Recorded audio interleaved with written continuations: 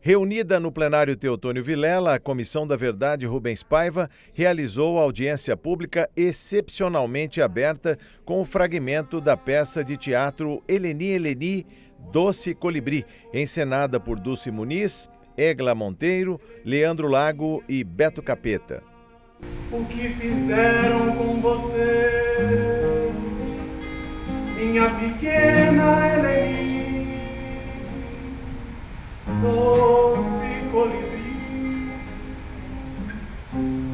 minha pequena Eleni. O que fizeram com você, minha pequena colibri?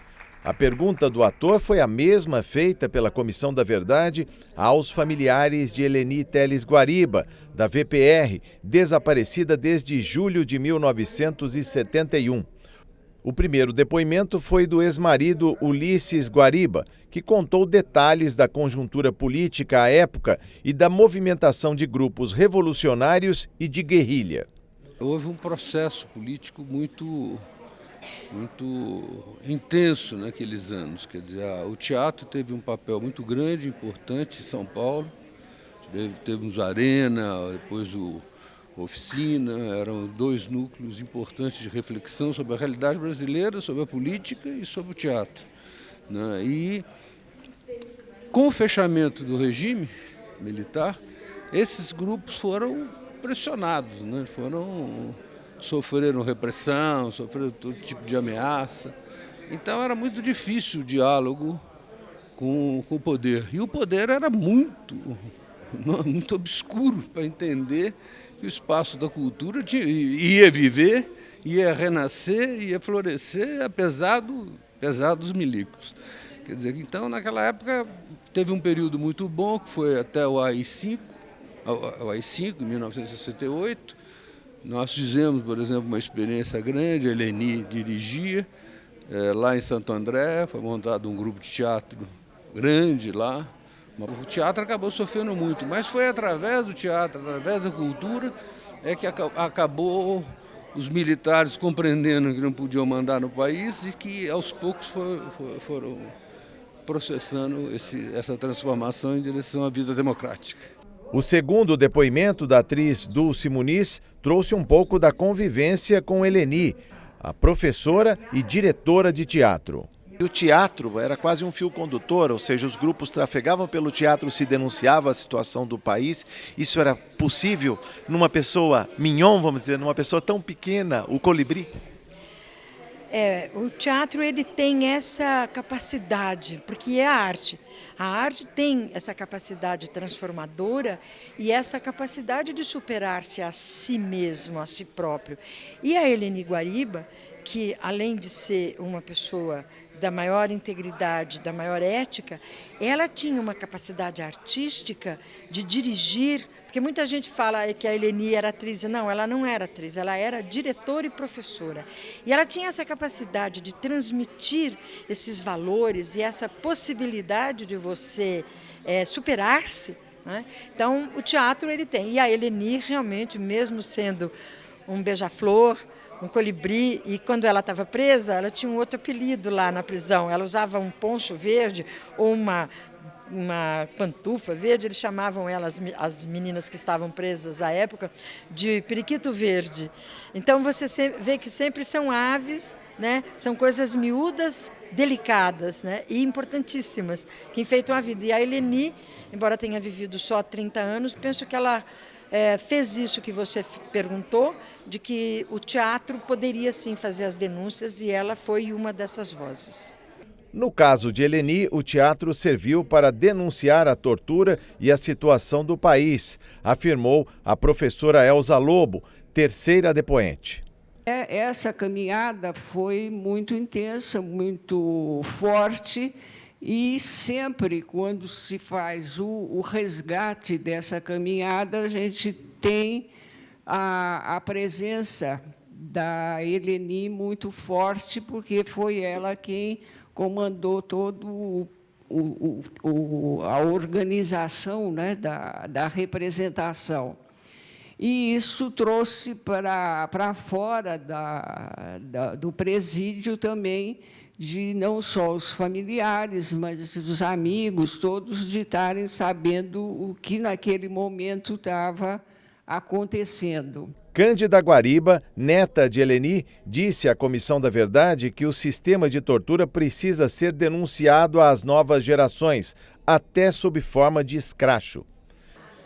Eu acho que é mais fácil para a nossa geração lidar com isso, porque a gente está realmente distante. Eu não tive uma perda, né? Eu tenho uma perda, mas eu não sofri essa perda, assim. Então fica mais fácil para você lidar com esse distanciamento e fica também mais fácil de você, talvez fique mais fácil de você conseguir ver essa situação de uma maneira mais abrangente. E o escracho? Sim, o escracho ele é para as pessoas entenderem que uma certa continuidade porque, afinal, hoje em dia também existe tortura, também existem violações das leis de direitos humanos. Para as pessoas entenderem que essas pessoas que violaram no passado estão impunes, vivendo perto de você, e que um dos motivos disso continuar acontecendo é a impunidade, porque isso ainda acontece, ainda é impune. A ideia é essa, é uma denúncia e uma tentativa de conscientização da sociedade, que a gente não aprende isso na escola, a gente não aprende isso em nenhum lugar. Se você está longe dessa questão, você realmente não consegue ter conhecimento sobre ela. Mas se você vê um cartaz na rua, vê uma manifestação, você pode se interessar e falar, nossa, peraí, o que foi isso? O que aconteceu? Já o filho, Francisco Guariba, falou da dificuldade de tratar assuntos ligados à memória da mãe, Eleni, tarefa que ele repartiu com a filha dele, Cândida. É uma ferida difícil, né? Eu tinha 7 anos, meu irmão tinha 4 anos quando a minha mãe desapareceu, e foi no começo dos anos 70, né? Era uma pessoa importante na vida cultural do Brasil, e de uma hora para outra isso foi ceifado, né?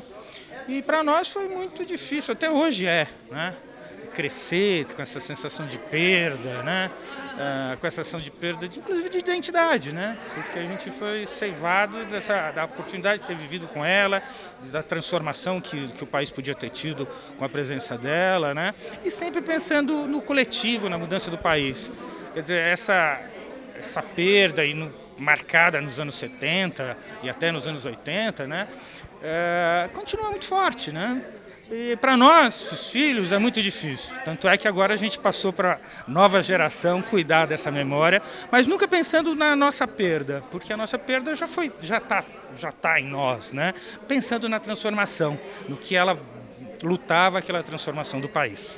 O presidente da Comissão da Verdade anunciou a Caravana da USP, que nesta sexta-feira, ao meio-dia, vai marcar os 40 anos da morte do estudante de Geologia Alexandre Vanucchi Leme, além da missa na Catedral da Sé, às 18 horas, em memória do estudante da USP, que foi morto pela ditadura militar. Esses atos do Alexandre Vanucchi e do Ronaldo Muito Queiroz, houve um empenho muito grande em organizar essas duas cerimônias, né? É a primeira vez que se consegue fazer uma caravana da anistia lá na USP, apesar do Rodas, e vai ser uma coisa muito forte, a primeira comemoração efetiva de rompimento do silêncio da ditadura, que lá na USP nem conseguiu se formar uma comissão da verdade até agora, tais as dificuldades, né? E lógico que na Catedral vai ser um ajuntamento importante, a gente está esperando reunir mais de 1.500 pessoas, como um protesto ainda por conta dessa situação da ditadura não está sendo revelada, não está sendo punida e os torturadores estão impunes, né? Então, vamos agradecer a presença de todos vocês, Chico, Candinha, companheiro, belíssimo depoimento, Elza Lobo, Dulce, a outra netinha, como é o nome da outra netinha? Olívia, né? E todo mundo que se dispôs, os atores que vieram aqui. Então, tem gente que acha que cultura não faz a revolução, só conta a revolução. Esse é um grande equívoco da história. Sem cultura, sem ideologia, sem sentimento, o mundo não se transforma. Viva a Revolução, viva o teatro, viva Helena e Guariba.